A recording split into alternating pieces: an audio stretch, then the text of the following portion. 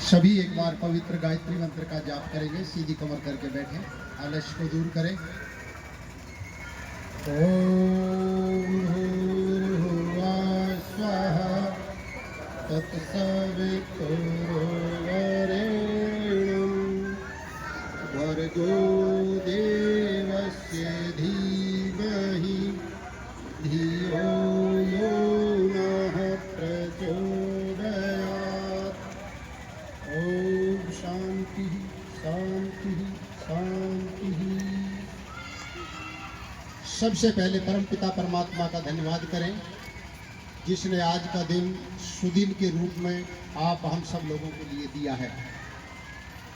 तो ऋषियों का कोटि कोटि नमन, जिन्होंने 1,96,08,53,125 वर्ष पूर्व वेद का ये पवित्र ज्ञान मनुष्य मात्र के लिए दिया। महर्षि दयानंद, जिनकी 200वीं जयंती मनाई जा रही है, उनके द्वारा स्थापित आर्य समाज की 150वीं वर्षगांठ के उपलक्ष्य में आर्य समाज छबड़ा के इस पवित्र विद्या मंदिर के प्रांगण में कार्यक्रम का आयोजन किया जा रहा है। इसके आयोजकों को कोटि कोटि नमन और इस सत्संग प्रांगण में विराजमान सभी आर्य भद्र पुरुषों, पूजा के योग्य मातृशक्ति, युवा साथी और प्यारे बच्चों, वो समय अति श्रेष्ठ होता है जब हम परमात्मा द्वारा प्रदत्त वेद के ज्ञान का श्रवण करते हैं, वाचन करते हैं। अभी आप आर्य समाज छबड़ा के द्वारा ये जो कार्यक्रम किया जा रहा है आयोजन, इसमें बहुत ही गंगा जमुनी सरस्वती तीनों प्रकार की विधाओं का यहाँ समावेश देखने को मिल रहा है। उन लोगों को भी यहाँ आने का सौभाग्य प्राप्त हुआ है, उन बच्चों को भी अपनी प्रस्तुति देने का भी सौभाग्य प्राप्त हुआ है। कविता के माध्यम से भी जिन्होंने कविता गान किया, राष्ट्रभक्ति के गीत गाए, आए थोड़ा सा चिंतन करें, हमें ये प्यारा सा, सुंदर सा, श्रेष्ठ सा, उत्तम मनुष्य का शरीर क्यों मिला है। इसका सारा का सारा ज्ञान हमको वेद के माध्यम से प्राप्त होता है। और महर्षि दयानंद ने जो आर्य समाज की स्थापना करी, उसका उद्देश्य भी वेद का प्रचार करना था। वेद के अंदर क्या है? वेद के अंदर केवल दो बातें हैं, हमें क्या करना चाहिए, क्या नहीं करना चाहिए, हमें क्या बोलना चाहिए, क्या नहीं बोलना चाहिए, हमें कहाँ जाना चाहिए, कहाँ नहीं जाना चाहिए। केवल दो ही बातें हैं वेद के अंदर। हम चाहे जिस वर्ण में हैं, जिस आश्रम में हैं, उसके कर्तव्य का बोध वेद कराता है। महर्षि दयानंद ने संसार के अंदर जो वेद की विद्या लुप्त हो रही थी, उसी को मनुष्य मात्र के सामने रखा। आए थोड़ा सा विचार करते हैं उसके ऊपर।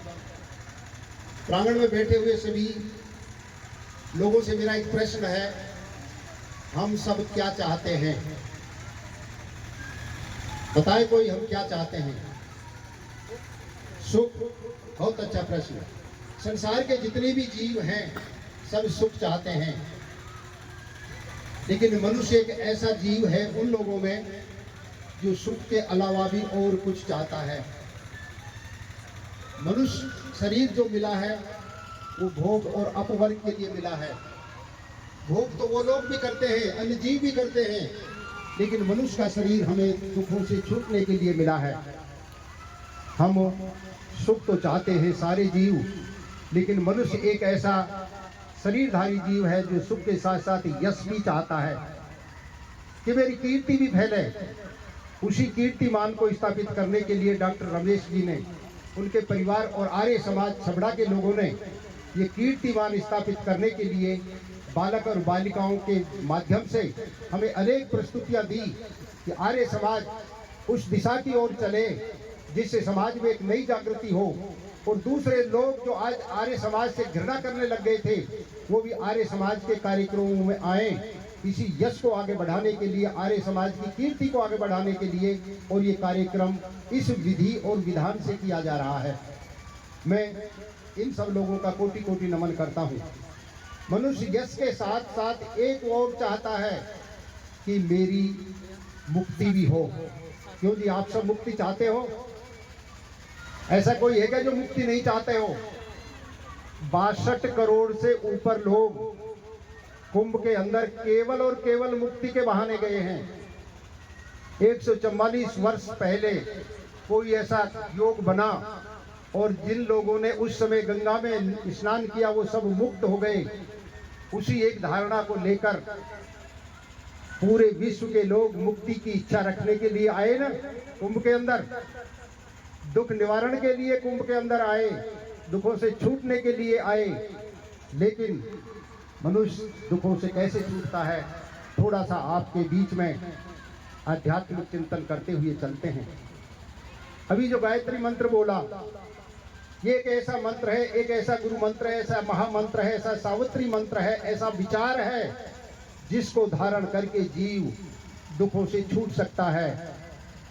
यूं तो संसार में हम आप सब लोग कुछ ना कुछ मांगते रहते हैं, लेकिन इसमें बुद्धि की याचना की जाती है। धियो यो नः प्रचोदयात्, हे परमपिता परमात्मा मुझे उत्तम बुद्धि देना। बुद्धि तो परमाणु बम बनाने वाले के पास की है, बुद्धि तो यूक्रेन और रूस के राष्ट्रपति के पास भी है जो युद्ध लड़ रहे हैं कई वर्षों से।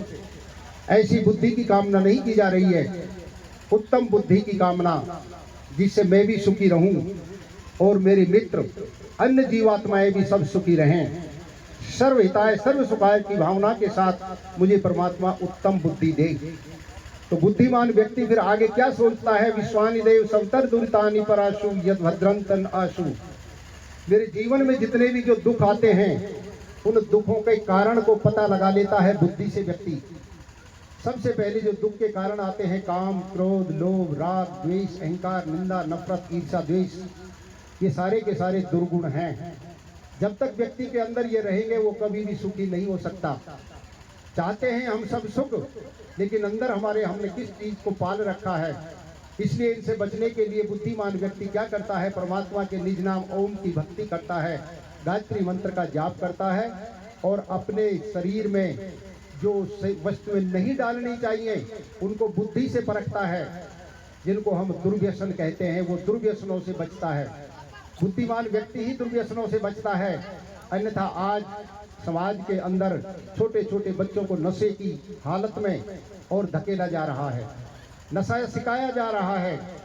और बुद्धिमान व्यक्ति जब उसको पता चल जाता है कि इससे बुद्धि से वो परख लेता है कि इस वस्तु के खाने से, इस वस्तु के पीने से और मेरे शरीर में भी रोग आते हैं, मेरा धन भी खर्च होता है, मेरी समाज में इज्जत भी खराब होती है और मेरा परिवार भी दुखी होता है। बुद्धिमान व्यक्ति उन दुर्व्यसनों को अपने जीवन से दूर कर देता है, दुरितानि पराशु, और दुखों से बच जाता है।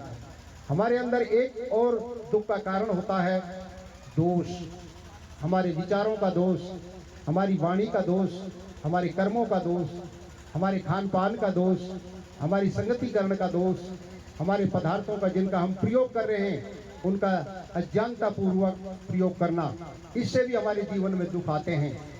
और तीनों प्रकार के जो दुख हैं इनसे बचना है तो बुद्धि के प्रयोग से ही बचा जा सकता है। ऋते जानेन मुक्ति, हम सत्य ज्ञान को धारण करके और हम दुखों से छूट सकते हैं। सुख की इच्छा रखने वालों सबको बुद्धि का प्रयोग करना है। और जो व्यक्ति बुद्धि का प्रयोग करते हुए चलता है उसका संसार में, जो मैंने कहा ना कि यश भी चाहते हैं, उसका यश कैसे फैलता है? स्वस्ति पंथा मन करेन सूर्या चंद्र मसाविरु पुनर्दत्ता घनता जानता संगमे मही। जैसे सूर्य के ऊपर विश्वास हो जाता है संसार के लोगों को, सूर्य पूर्व दिशा में उदित होगा और उदित होने के बाद में